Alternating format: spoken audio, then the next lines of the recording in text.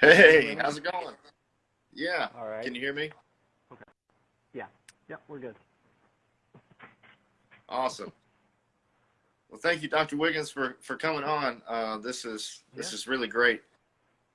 I'm super excited to have you here. There's been the past few have been really successful, and we've gotten to touch base about some really good topics and things in percussion, and um, and so this has been really good, and I'm excited to have someone who's actually a professor and someone who's done a lot of things and is someone who teaches at the high level as well. So super excited to have you here, and thank you for joining me to do this. Well, I'm glad to do it. I like doing these kinds of things, especially right now. Yeah, absolutely. Especially in this weird time that we're in, it's good to connect. It's Yeah. given us an opportunity to connect with people and you know, a chance to really think about things and sit down and on stuff that we normally don't get to sit down and talk about or have time to do. Out there for a second on me. It's no problem. That's the part of these live streams. My last one had it cutting in and out a lot, but Yeah. So, oh well, it'll be fine. awesome. Well, I wanted to start with just with you. I always like to do a little background on every person that I bring in. I think it's really cool to hear the different ways people are brought up in music and who their different influences and their paths, that how they got to where they are, because everybody's path has been different, and it's been really cool to see how people have come to do what they do. And so if you could, I would really love to hear about like where you got started and kind of your background, a little bit of a history of when you started music and what really got you to where you are today. I I started in the sixth grade, when a lot of people do, with the obligatory beginning band fest of things. I had actually kind of gotten interested in music even before that, because I got my first drum set when I was probably fourth grade or something like that. And it was interesting because along with that, I also got Kiss's Alive 2 record, was sitting there leaned up against the bass drum when I got it. So that's what I really started with. And so when I was getting ready to go into beginning band, I knew I wanted to play percussion. But of course, you have to go through all the testing and everything like that. And as I was going through it, they said, okay, you have two options. You can play percussion or you can play clarinet. And I had no interest whatsoever in playing the clarinet. So it worked out well that they thought I would be okay at percussion. So I did that in high school. I was also, you can't say I was like, I did a lot of music stuff, but I was also playing baseball while I was going through school. I was playing soccer while I was going debate team while I was in high school. And so I had a lot of wide ranging interests as I was going, but I was still playing in like band, jazz band. We had a full-fledged symphony orchestra at my high school. Like my freshman year, we took the finale to Shostakovich 5 to state MPA contest. So that was kind of that was the program I was growing up in. But, you know, as I got closer to college and stuff like that, I started thinking about what I was going to do. And my original plan was actually to get a music degree and then go to law school. Oh, wow. As my mother used to say, that once I started taking debate, she never won an argument with me again. And as I was doing debate and stuff like that, I like really enjoyed that aspect of it and got really interested in the possibility of law. Heard that, you know, law schools and medical schools and stuff like that are really interested in music as the undergraduate degree, because of the, you know, the focus on like particular skills and the problem solving that are involved in them and stuff like that. So that was going to be my idea. I was going to go to school, get like a music ed degree, and then go on to law school.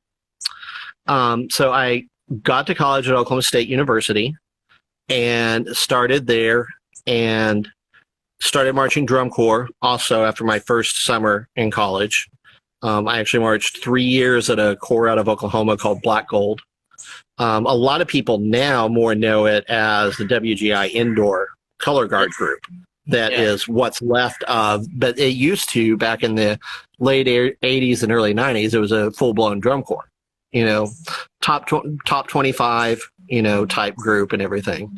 So I marched my first year there as a tenor player, and then I marched 2 years as a snare drummer there. All while going to school at Oklahoma State, majoring in music, realizing that my time was not good. I wasn't great at reading, so I had a lot of catching up to do as I went through school too. And so it took a lot of work. I mean, I'm very open with the fact that one of my teachers told me that at one point in my studies, they weren't sure I was going to actually make it through the degree, because I just came in with deficits that really had to be worked on. And so I had to do a lot of work, and I attribute the years of drum corps to probably saving everything that I do at this point, which, you don't hear that from people that do my gig as often. But I'm very open about it that, without drum corps, I wouldn't be sitting here talking to you right now. Yeah. So I did the 3 years of Black Gold, and then I marched 1 year at the Freelancers, which was out of Sacramento, California. Happened to luck out that Ralph Hardiman and Glenn Crosby did, and Sean Glide and Mike French, like a lot of great, ridiculously talented people were doing the percussion section at Freelancers that year. So that was a great experience. And everything that I teach the drumline now, I basically learned that summer. As far as my approach to how we play and everything like that. Yeah. So while I was going through school, I realized I was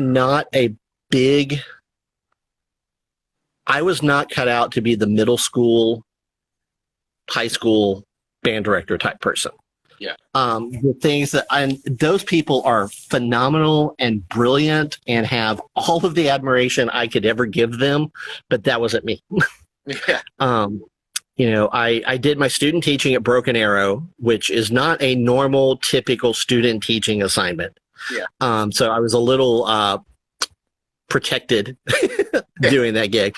I say protected, but it was also the first year that they did any kind of BOA competition. So my student teaching was essentially running the drumline for them to get ready for BOA the first time. Yeah.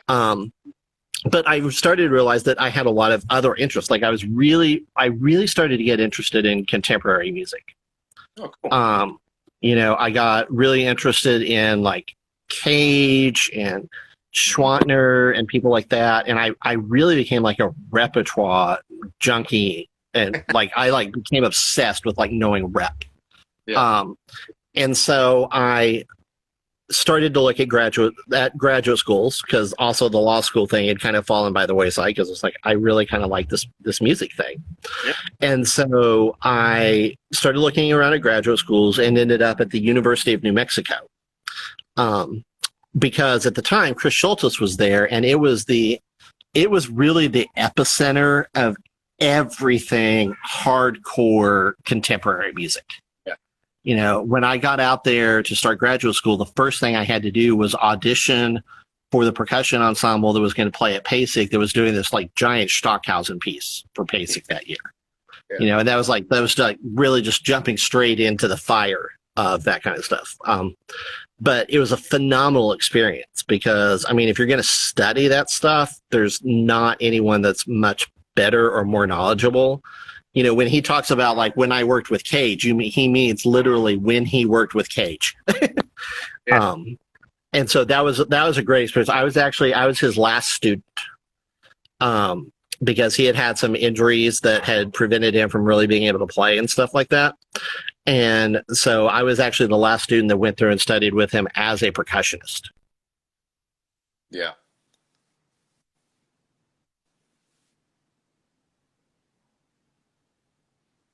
That's really cool.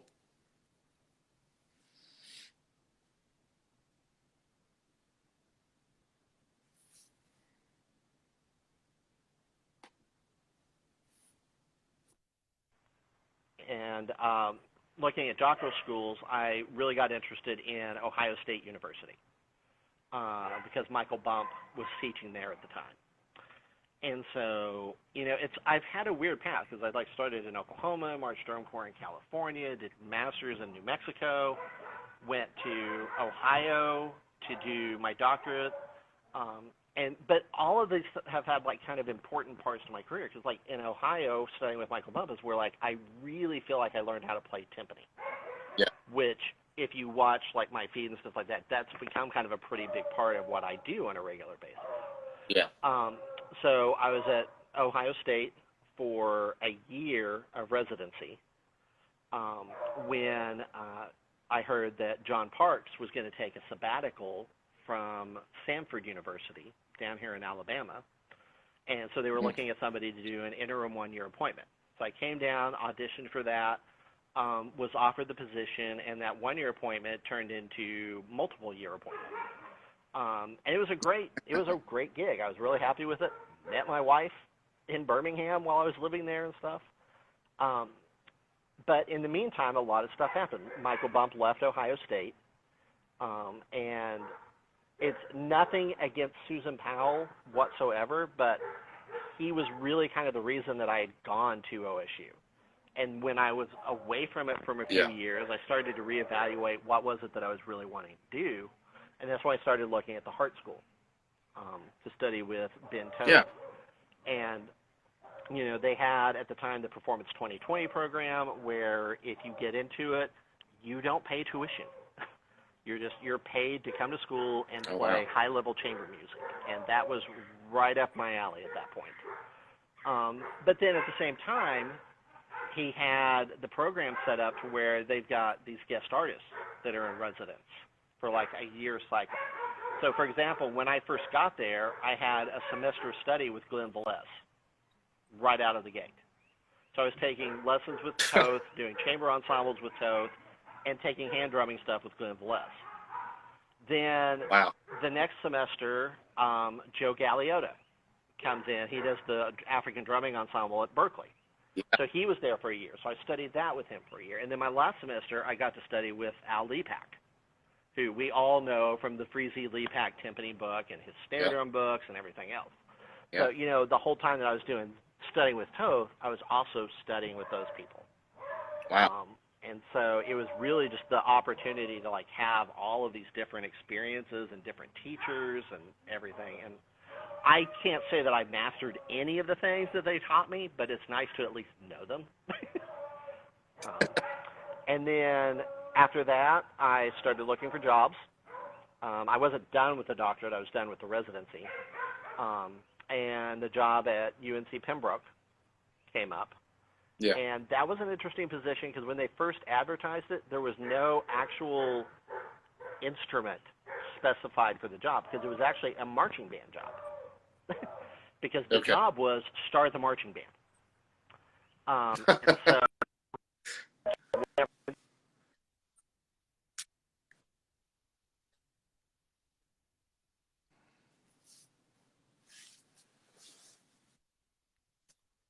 So it was sort of open-ended as to, what instrument it would be.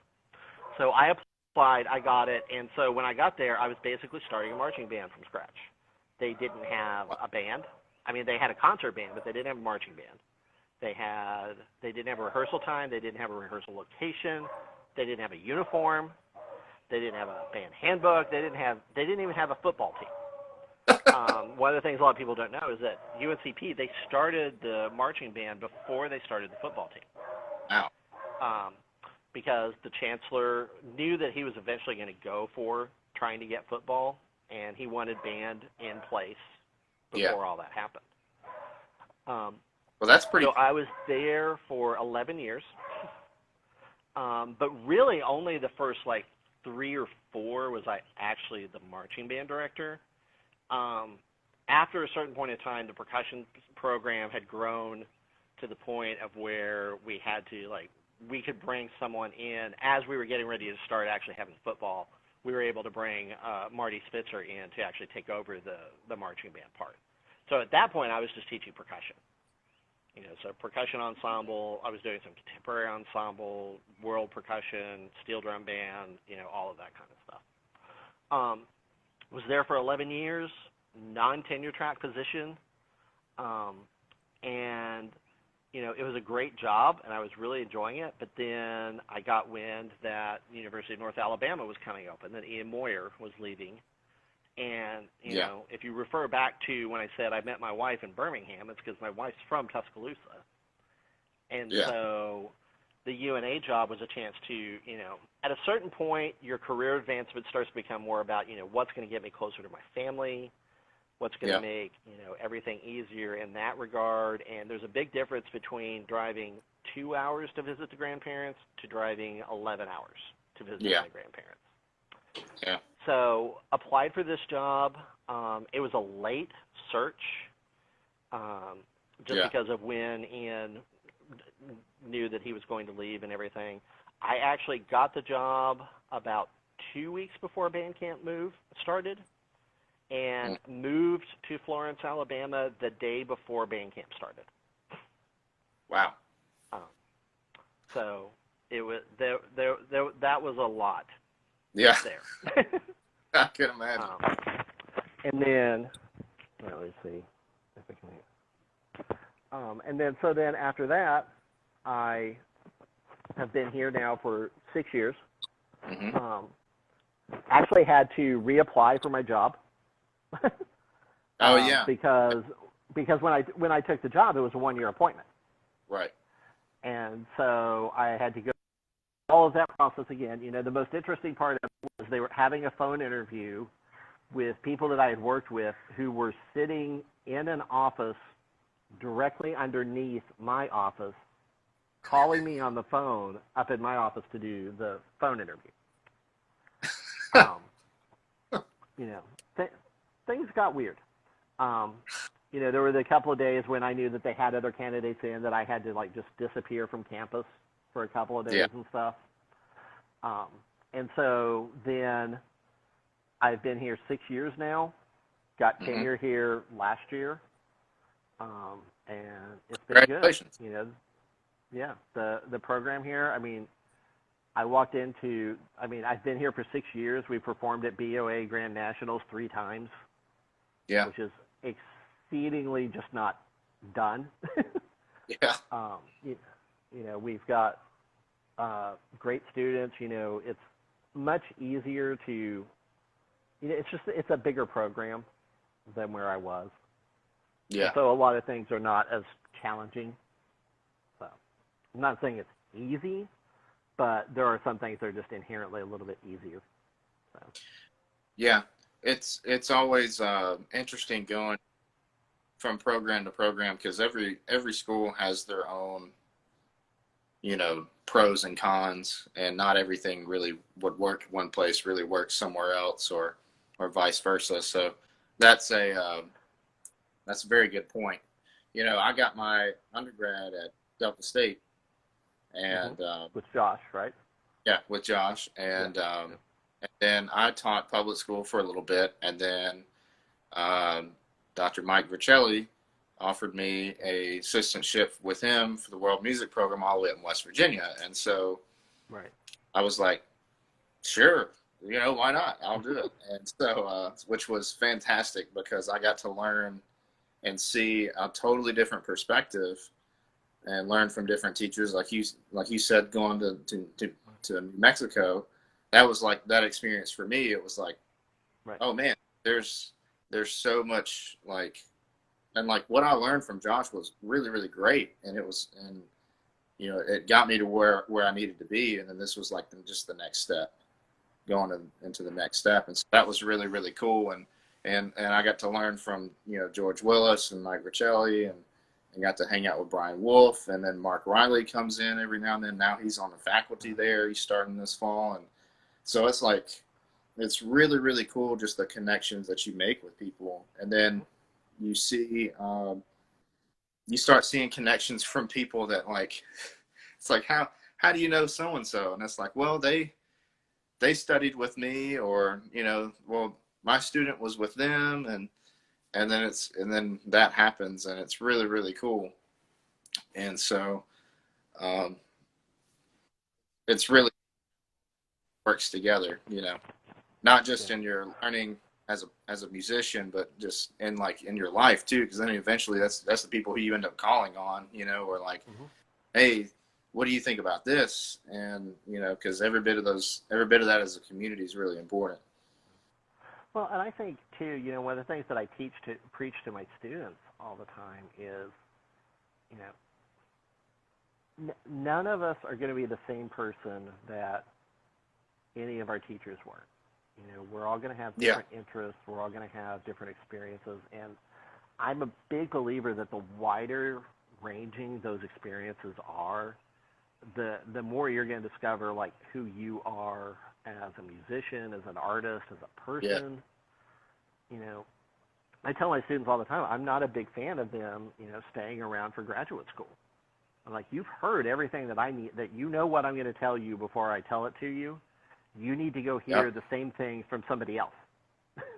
yep, You know, and that's one of the reasons why I'm so huge on like, you know, the guest artist thing and stuff. You know, yes, um, yes, because I know people that are wary about bringing guest artists in, and I just can't understand that because 99.9% like of the why time not? they're saying the exact same things I'm telling them in slightly different words. Now Yeah, I will admit I'm particular about who I do bring in because I load it. I bring in the people that I know are going to do that too. Um, yeah, but yeah, I just think I, I I think you have to see a lot of different things and experience yeah, a lot of different things. Because otherwise you're just sort of so in such a small like shell yeah, that you can't ever break out yeah, into like more stuff. And that all the thing that I've really noticed over the years is how interconnected the the the all of this just is. yeah, You know, from everybody knows everybody else. You yep, know, you are never far removed from knowing somebody. yep, So you have to be a cool person or you're not going to last. yep. um, and It's very by the true. same token, like learning Middle Eastern drumming and then learning African drumming and then studying timpani and like all the years doing the marching thing and stuff like that. Like all of that kind of has come into like now I really narrow it down to these few things are universal to everything else that you're going to do. Yep, If you master these concepts, yep, then you can go. Now you may know just enough to be dangerous on some of these instruments, yeah, um, but you at least know enough that you can like. Jeff Moore uses the term transferability all the yeah, time. yeah, And I've really, as I've gotten older, started to realize how important that is. When yeah, I teach world percussion stuff, I'm like, it all boils down to basically a high sound, a low sound, a muffled sound, some sort of like that's kind of universal yeah, through all the different styles. And so if you get that down as a concept, then whatever instrument it is that gets thrown in front of you, you may not have had a lot of chance to play it. Like they hand you this for an orchestra gig or something like that, and you have right, to figure it out. right. You at least have enough of a basis to be able to start to piece it together. Yeah, absolutely, So, absolutely. um, Yeah, Josh. and so I just Yeah, think over the years it really, make good sound. yeah, Like that's the number one thing on anything that you do. yep, If it sounds bad, it sounds bad. Period. yep. That's right. That's right. I preach. You know, it's what kind of sound do you want to make, and before you can make and understand how to get that sound, you got to know what a good sound is supposed to be on that instrument. What is that full, rich sound that is supposed to be? And then once you get that and understand that concept, then it's like, okay, now we can dive into it to where we can talk about what other sounds we can get and And then it just all applies, like trying to get your ear to thinking about what are you doing, you know? Yeah. Yeah, and it really, the sound thing, you have to like going back to the guest artist thing, you have to have heard those Yeah. people live. Like, being, I left this out, but I studied with Nancy Zeltzman for like 3 summers up at her house in Princeton. And like Awesome. being in her room with her marimba, like, 2 or 3 times a week, like Yeah. the way her sound and approach is so unique. Like I can pick her playing out Yeah. from anything else because her sound is so unique.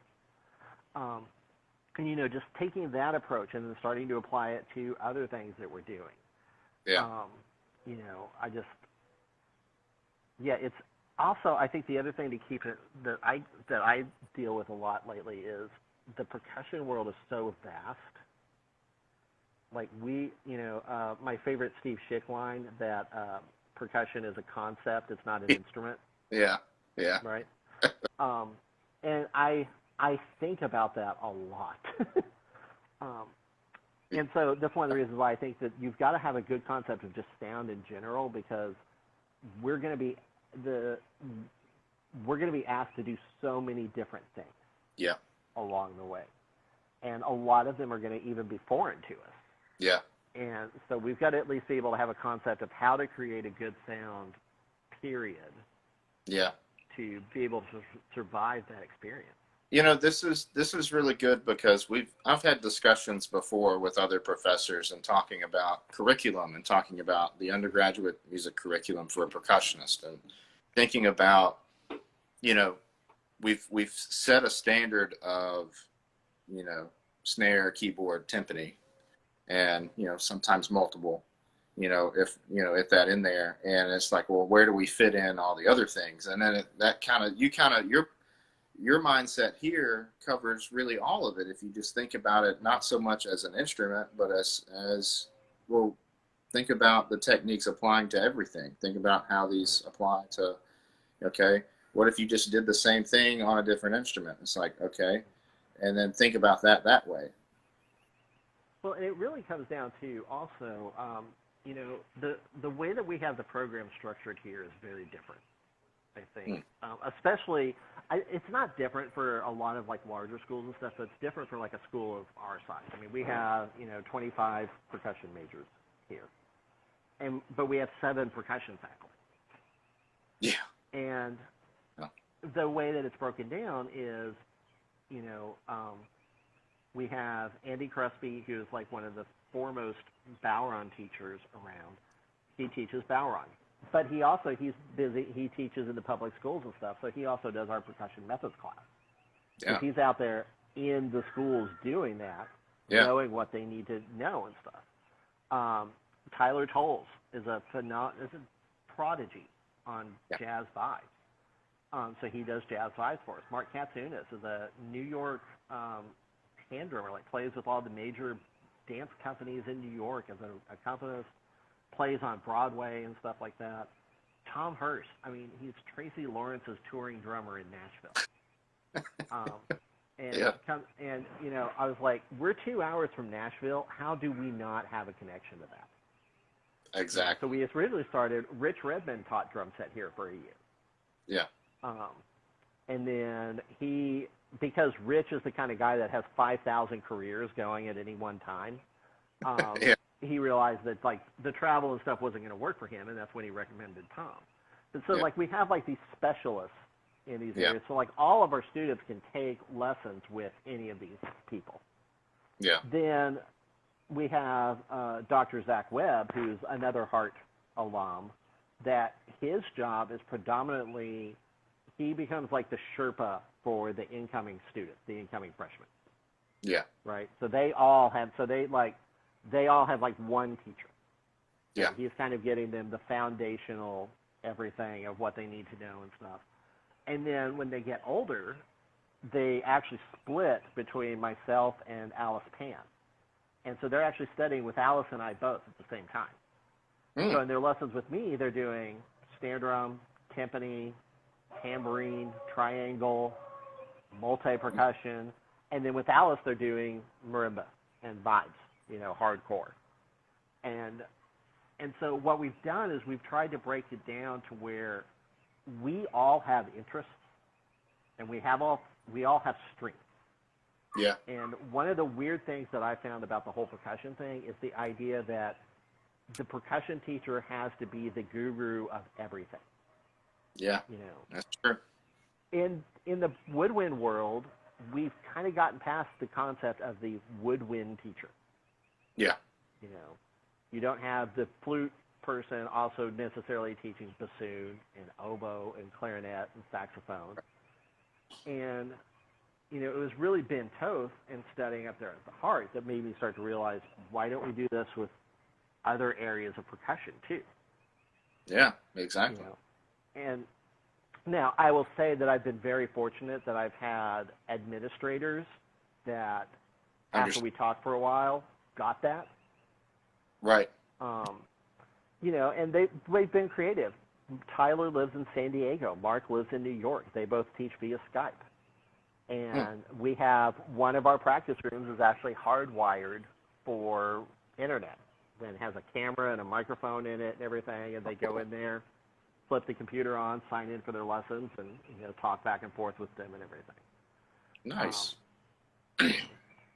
So the administration have been understanding of being creative in that way. That's really cool. Which has been cool because, like, what I told them when I was going through this was, like, I can teach drum set, and I do teach drum set, but I'm not going to teach drum set the way that a guy who literally is going on stage every night to play drum set for a living is going to teach drum set. Yeah, exactly. Yeah.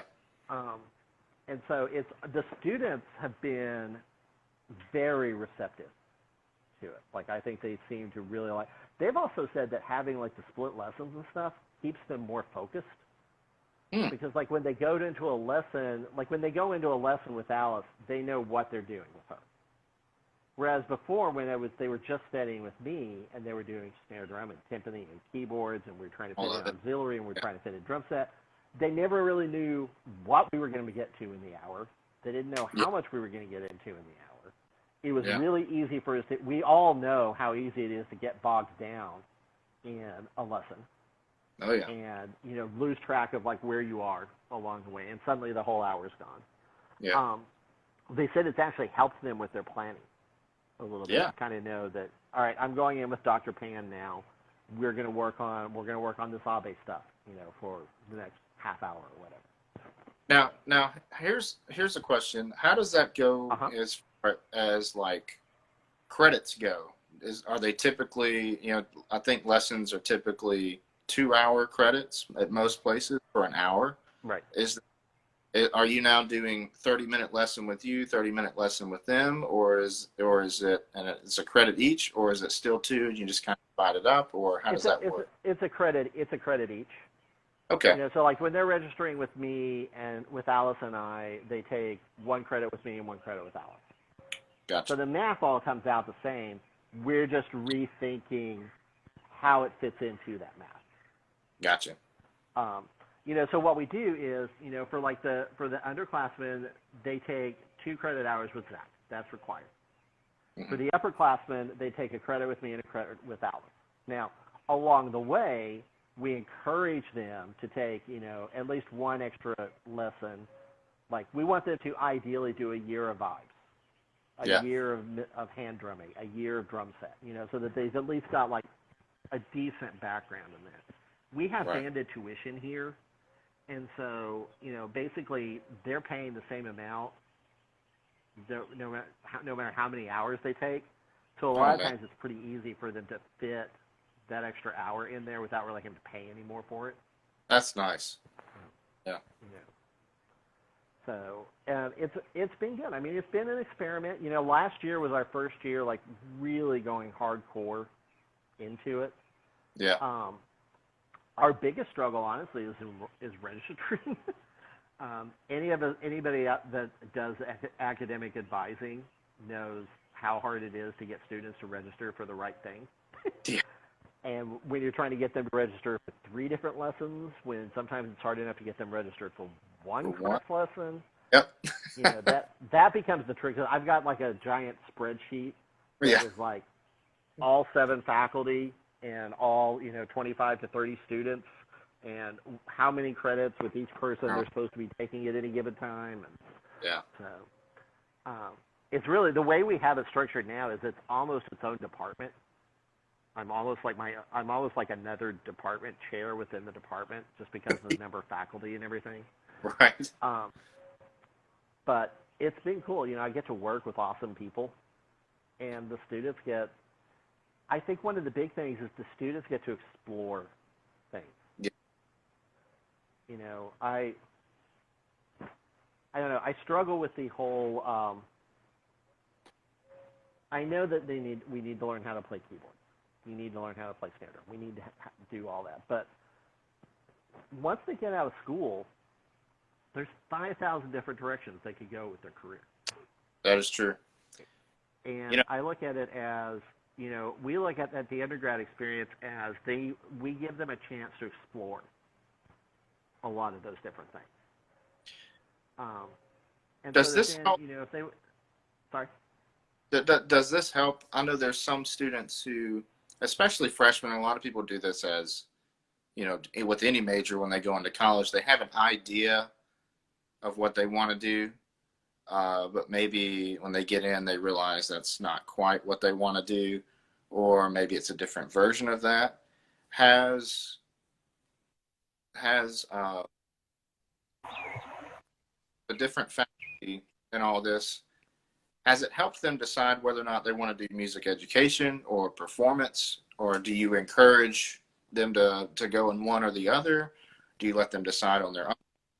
What is your conversation with them whenever you talk about what specific major that they want to do? It's an interesting conversation. The first thing that I tell them is I'm upfront with you. The music education degree is the only degree that you're probably going to walk out of this building the minute you graduate with a potential job. Yeah. And so what I do is I put it into the perspective of you don't have to do a music ed degree to end up going to teach. Yeah. With lateral entry and, 5th-year master's programs and stuff like that, there are options there. So what I tell them is that you can do these other things, but just know that they're a trickier path. They're a longer path to doing it. Yeah. But I also know that, we have a lot of students that, their first thought is, okay, if it says I'm doing music ed, this is my one-way path into, I'm going to be a middle school band director the rest of my life. And for a lot of percussionists, that's not necessarily what they're interested in. We have a music ed degree, we offer a performance degree, we have a Bachelor of Arts / Bachelor of Science, which are the same degree depending on whether you want to take a foreign language or not, basically. So those are the degrees that we offer. And the studio is really kind of evenly split. We're pretty particular about who we will let be a performance major, because we kind of look at it as if you're doing a performance major, you're basically saying, I'm going to live or die as a person on how well I play. Yeah. And you have to be really, really committed to go that route. Yeah. And then, so we've got several that do the music ed thing, but music ed, there's so much non-music stuff involved with that now. Yes. That a lot of the students honestly kind of get turned off to it just because, they're like, well, I've got to do 40 hours of observation when I could be doing 40 hours of playing. Yep. Which is why a lot of them will choose to, go like the BA route or something like that. And then knowing that they could come back and in a year or a year and a half, finish the music ed part and have a master's degree. Yeah. And then go out and teach.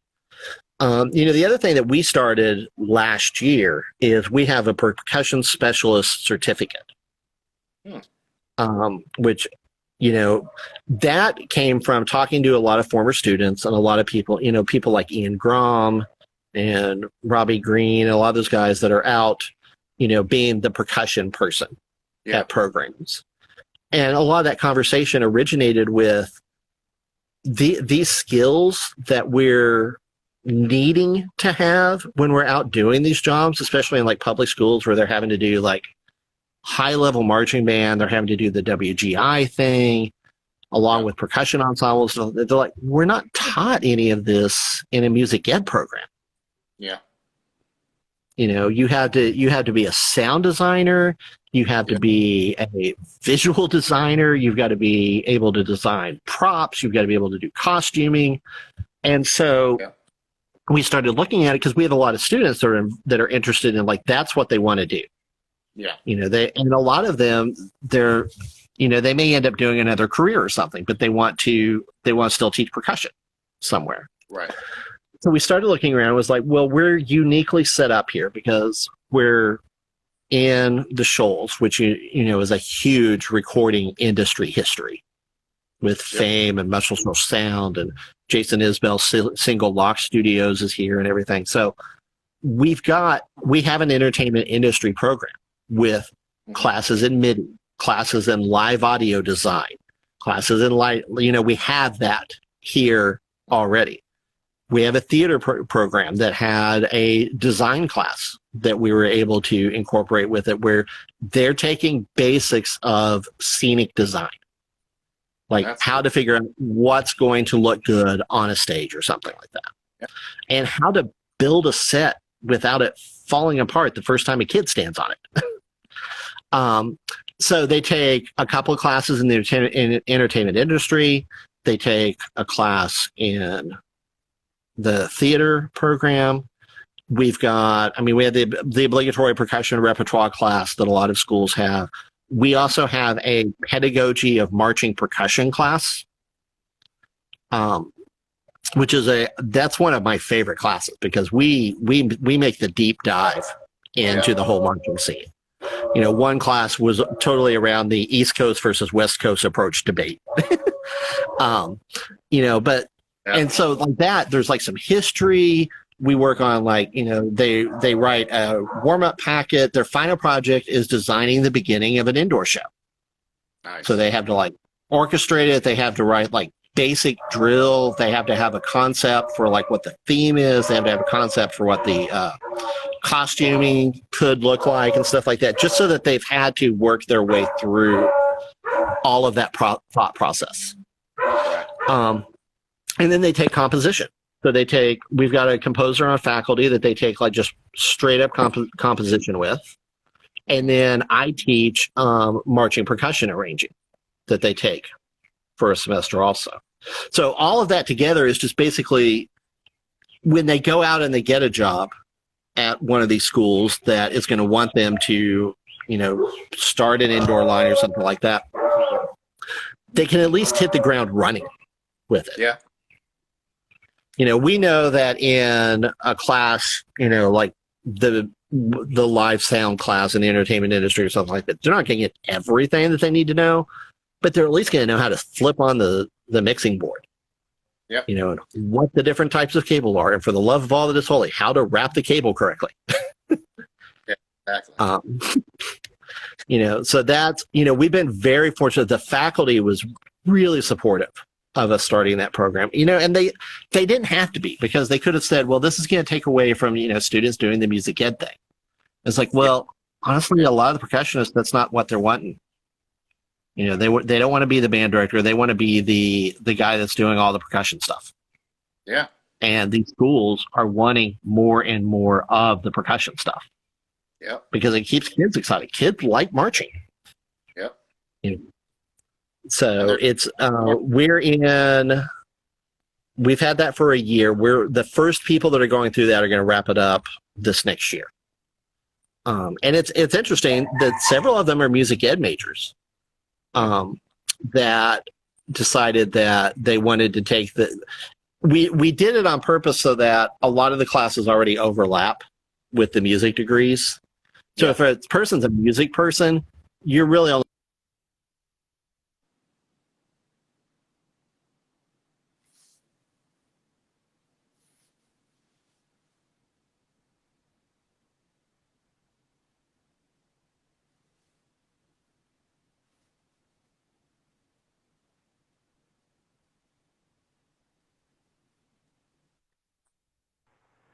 And so he was another one of the people that I was like, he probably would have totally dug being able to work on like these other things while completing his English degree.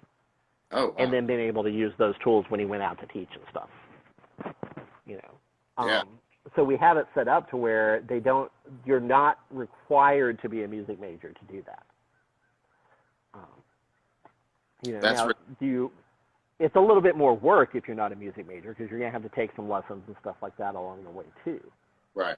But if you want to do that as a side gig, you're going to be a whole lot more prepared to do it. And it's been good too because like the arranging stuff, we get a lot of guys that are battery. We get a lot of people that are battery people that have no concept of how to write for a front ensemble. So they have to write for a front ensemble. We get front ensemble people that don't have the foggiest idea how to write for a battery. They end up having to write for a battery. Yeah. So. Which is good skills to have because it's both different concepts in a lot of ways. Sometimes. Oh, yeah. No, that's awesome. So it's been fun. It is different, and a lot of people were like, "Well, what's the job market for that?" And I was like, "Well, what's the job market for much of anything right now necessarily? You have to make your own way." Yeah. In so many areas at this point, anyway. Yeah. That and the more you have, one more. Yeah. This is just one more way for them to do it. Yeah, you're just going to be more marketable and be able to sell yourself in a different way that you can stand out. No, for sure. So it's been good. And I mean, we, with the history of the band here, we get a lot of kids that are really interested in the marching thing, and they have an interest in continuing in that down the road.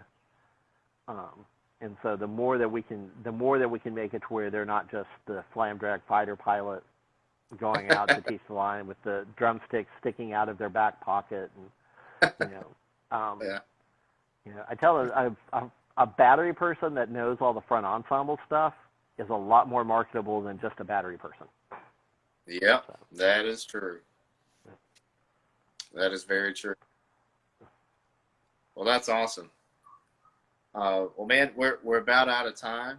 Okay. But this has been great. There's a lot of really good discussions, especially for people, or who are wanting to maybe think about going to college for music. These young people who enjoy it, who may not know their options. And I think, a lot of times it's what I try to encourage, especially people who are looking to go to school, and it's like talk to people, like just reach out to different places. Like don't go to just the same place that all your friends are going or whatever. Like it's okay to like figure out where, because in music, that's definitely where you're going to succeed the most. Like find where you think you will grow and like figure out what's going on there. Cause every school in music is like a little different. Like everybody's going to have a little different thing to offer. And I think that's important. And I would like encourage students to just, go out and like email these professors, like maybe go get a lesson, like try to schedule a lesson, visit the campus, try to take this time to do it and do it early, and well, because I think it's important. Like I tell students all the time, I'll have students come and visit. I'm like, I'll be upfront with you. I hope you come here. I hope that you find that we're the right place to be.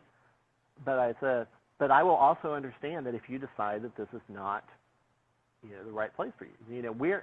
Our audition process is very different. We take half an hour to audition a music major. Because they come in, they play a keyboard piece, a snare drum piece, a timpani piece. We require drum set on our music major auditions. We actually have a drum set etude that we have them all play because we want to see like what their coordination and their time and stuff like that is like. Right. And then after they play all that, we do a lesson with them. And because our whole thing is we want them to see what it's going to be like to work with us. Right. And we, by the flip side, we want to see how they take, being asked to make adjustments and stuff like that. Right. So I really think that, it is about fit, and there are huge programs, but at a certain point you may get lost in the huge programs too. Yeah. And so, and the other thing is, True. when it comes to like recruiting and stuff like that, what I tell, my students are recruiting. You won't Yep. see like on our UNA pages and stuff like that, you will very rarely see anything about me. But you will see tons of stuff about the students and what the students are doing. Yeah. Yeah. Because when students start to look at school here, that's who they're going to be with. A lot of students that come here don't have the foggiest idea who I am. They see the name Tracy and they're expecting a woman. I mean, I'm fully aware that is the case. And so I know that it's the students and the reputation of the students and the program and stuff like that is what is attracting them. Right. And so I tell them all the time, I'm like, I know that you're coming here, and I assume that you're going to audition for other places. Go visit those other places. Yeah. Talk to the students at those other places. Yeah. Talk to the faculty, and then make the decision about if this is going to be the right place for you. Right. I mean, I want all the students. Right. But I want all the students that feel like this is the place they have to be. Right. So. Yeah, exactly. Yeah. That's great. That's good stuff, man. Yeah. Well, thank you. Thank you so much for taking your time out and for just discussing things. This is really cool. I hope we can continue to talk in the future. Yeah. Now that I'm back in Mississippi and you have to send me all of your people. I'll definitely they do 2 years with you, and then they come to me. That sounds good. I want don't to send them to that Josh Armstrong guy. Oh man, oh that's awesome. Well, this is good, man. Thank you so much. I hope we can talk again in the future. And if you ever need anything, my line is always open. And well, thanks for asking me. This is cool that you're doing this. The amount of like educational type stuff that has sprung up over this summer has just been insane. Yeah. It's been a lot of fun. It's given me a chance to, take the opportunity to talk to people. One, some people that I haven't had the chance to talk to, and two, really spark some ideas and like inspire, not just myself, but some other people who maybe watch this or who ask questions or things like that. That's just like, oh man, there's so many other different things that go on, or there's things I haven't thought about. And that's like, I just love keeping that conversation open and like share it with the world, The percussion field is a huge world with a lot of really awesome people in it. It is. It really is. And the more that you can pick, I tell my students that I have 0 original ideas. Yeah. And that I will be very open, almost maybe sometimes too open, with where every single idea that I bring up to them has come from. But I think that's important that we're the sum of our parts. But I also think you got to give credit to where it comes from. That's true. That is very true. But I appreciate you having me on. This was fun. We talked over email and trying to book gigs and stuff like that. But to actually talk has been good. Yeah, absolutely. Yeah, I've really enjoyed it. I hope we can get you out over into the Delta and hang out with me and Josh and maybe we go over to. I don't know about that Josh guy. I know, man. He's Josh, hard. Josh is a hoot. Josh is a hoot. I love him. He's great. Yeah, he's a character for sure. He is. Him and Eric Richards running banter on Facebook is, being